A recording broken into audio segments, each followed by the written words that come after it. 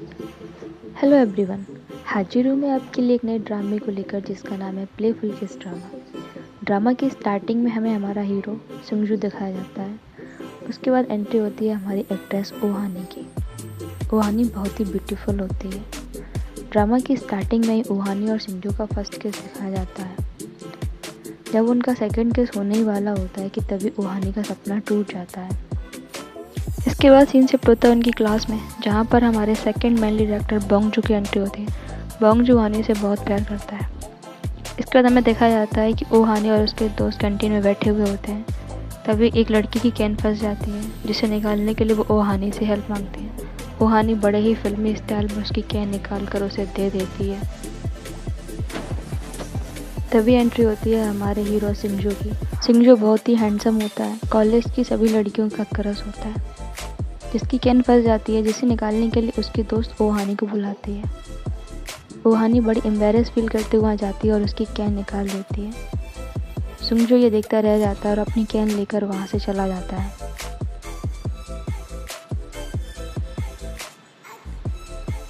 इसके बाद scene shift होता है डांसिंग स्टेज पे, जहाँ पर ओहानी और सिंजू का डांस दिखाया जाता है। ओहानी डांस में फ्लिप करते हुए जैसे ही सिंजू के पास जाते हैं, सिंजू उसे उठाकर फेंक देता है और ये ओहानी का ड्रीम होता है जो वो फिर देख रही होती है। अपनी ओहानी ड्रीम बहुत देखती है सिंजू के बारे में, क्योंकि वो सिंजू से बहुत प्यार करती है। तभी ड्राइंग रूम में सिंजू की दोस्त आती है और वो ओहानी से कहती है कि उसे मेरी जैसी लड़कियाँ पसंद है, तुम्हारी जैसी नहीं।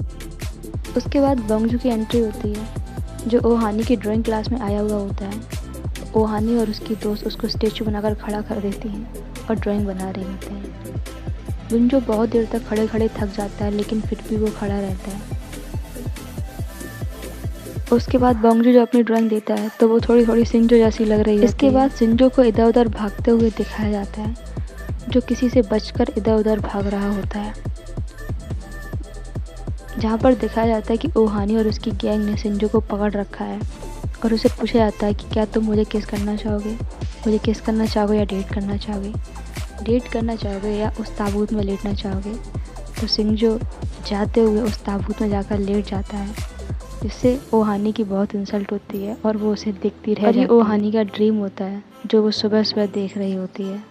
इसके बाद एंट्री होती है ओहानी के फादर की, जो बेकरी के मालिक जो अपनी बेकरी चला रहे होते हैं।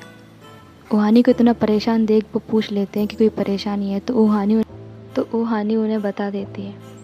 तो ओहानी के पापा उसे बताते हैं कि उन्होंने ओहानी की मम्मी को भी लेटर देकर प्रपोज़ किया था, जिसे उनकी मम्मी मान गई थी। ओहानी को ये आइडिया बहुत अच्छा लगता है और वो अपने स्कूल में जाकर सिंजू के लिए भी लेटर छोड़ देती है। सिंजू वो लेटर मिल जाता है और वो उन तीनों को इग्नोर करते हुए वहाँ से जा रहा होता है। तो उन तीनों को समझ नहीं आता है कि क्या उसने लेटर पढ़ा है या नहीं पढ़ा है, जिसकी वजह से ओहानी की फ्रेंड एक एक करके ओहानी का नाम बहुत तेज़ तेज़ से चिल्लाने लगती है। जब उसकी दोस्त ओहानी का नाम बहुत तेज़ से ले रही होती है, तब सिंजू उन्हें पलट कर देखता है, पर उनसे कुछ नहीं कहता और वहाँ से चला जाता है। उसको ऐसे जाते हुए देख उसकी दूसरी दोस्त से रहा नहीं जाता है और वो भी बहुत तेज़ तेज़ ओहानी का नाम चिल्लाने लगती है। ओहानी का नाम इतना तेज़ ले रही होती है कि कॉलेज की सभी लड़कियां उन्हें देखने लगती है। इतनी मेहनत के बाद आखिर सिंजू सुन लेता है और वो पूछता है, क्या तुम भी ओहानी हो? ओहानी सर हिलाकर हाँ कहती है। तो सिंजू नीचे आता है और वो ओहानी को उसका लेटर वापस कर देता है, जिसे देखकर ओहानी बहुत खुश होती है और उसे कहती है कि मुझे नहीं पता था तुम इतना जल्दी पढ़ लोगे, इतना जल्दी रिप्लाई दोगे। जब वो अपना लेटर खोलने ही वाली होती है कि तभी सिंजू की दोस्त उसका लेटर उसके हाथों से छीन लेती है और सबको दिखाती है, क्योंकि सिंजू ने उसके लेटर का रिप्लाई नहीं दिया होता है, बल्कि उससे ग्रेड दी होती है जो D- होती है, और उसने उसमें ग्रामेटिकल मिस्टेक्स को भी पॉइंट आउट किया हुआ होता है। अब वो लड़की उसकी बहुत इंसल्ट कर रही होती है कि बोंगजू वहाँ आ जाता है और कहता है कि तुमने इस लड़की को रिजेक्ट क्यों किया, रिजेक्ट किया चलो मुझसे फ़ाइट करो। तभी सिंजू कहता है कि तुम लोग इतनी गंदी ग्रेडिंग लाते हो, हमेशा लास्ट आते हो और फालतू कामों में ध्यान देते हो, कभी तो आगे बढ़ के आओ, कभी तो इंटेलिजेंट। इसके बाद इनके स्कूल में एक टॉपिक छोड़ा होता है जो ओहानी होती है। सभी लड़कियाँ ओहानी के बारे में बातें कर रही होती है। ओहानी ये बातें सुन सुनकर बेचारी बहुत दुखी होती है और बहुत एम्बेरसमेंट फील करती है। इसके बाद हमें ओहानी का घर दिखाया जाता है, जहाँ पर ओहानी और उसके पापा आज ही शिफ्ट हुए होते हैं। वो अपने सामान की अनपैकिंग कर रहे होते हैं। तभी उनके पापा उन्हें दिखाते हैं ओहानी के बचपन की फ़ोटो, जहाँ पर उनकी मम्मी पापा और ओहानी के फिंगरप्रिंट्स होते हैं, जिसे देखकर ओहानी बहुत खुश हो रही होती है। तभी उसकी डोरबेल बजती है और उसके दोस्त आए हुए होते हैं, जिसको ओहानी ने आज लंच के लिए इनवाइट किया हुआ होता है, क्योंकि ये उसका नया घर होता है। यहाँ पर वो सभी लोग लंच कर रहे होते हैं, जहाँ पर ओहानी के पापा और उसके दोस्तों की बातें चल रही होती हैं। जहाँ पर उसके पापा बताते हैं कि उन्होंने अपने पेरेंट्स के वर्क को आगे बढ़ाया है, पर मेरी बेटी मेरे काम को आगे बढ़ाना नहीं चाहती है। तो बोंगजू कहता है कि पापा आप चिंता मत कीजिए, हम और ओहानी मिलकर आपके इस काम को आगे बढ़ाएंगे। तभी उसके दोस्त उस पर हंसने लगते हैं। अपनी इंसल्ट होते हुए देख बोंगजू अपना सर तेज़ तेज़ दीवार में मारने लगता है।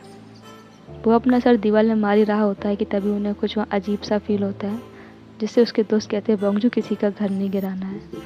और वो लोग देखते हैं कि वहाँ भूकंप आया हुआ है। भूकंप आया हुआ देख वो सभी लोग बाहर भागने लगते हैं। जैसे तैसे वो लोग बाहर निकलते हैं। तभी ओहानी के पापा को याद आता है कि उनकी बेटी की अंदर तस्वीर रह गई है। तो वो दौड़कर भागकर जाते हैं और उन सभी लोग उनको रोकते रह जाते हैं, लेकिन वो अंदर चले जाते हैं। जब वो अंदर जा रहे होते हैं कभी उनका पूरा घर गिर जाता है, उनके पापा अंदर फंस जाते हैं।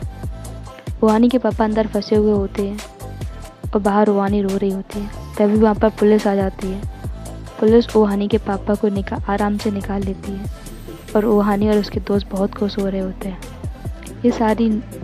ये न्यूज़ का प्रसारण लाइव दिखाया जाता है, जहाँ पर ओहानी के पापा के दोस्त की एंट्री होती है, जो ओहानी के पापा के बचपन के दोस्त होते हैं, जो अपने दोस्त को पहचान लेते हैं।